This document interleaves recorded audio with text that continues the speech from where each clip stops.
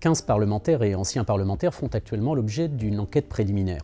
La justice soupçonne ces députés et sénateurs d'avoir détourné à leur profit personnel leur indemnité de frais de mandat.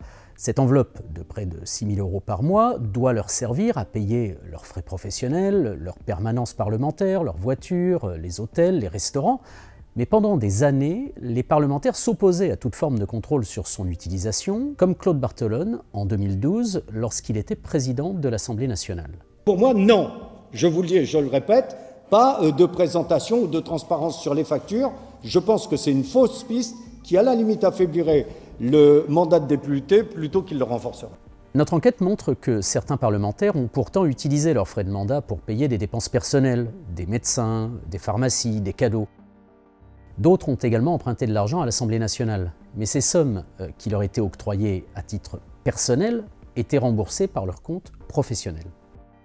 Actuellement, l'Assemblée et le Sénat mettent en place un système de contrôle dont ils assurent qu'il mettra fin aux abus, mais qui comporte en réalité de nombreuses failles.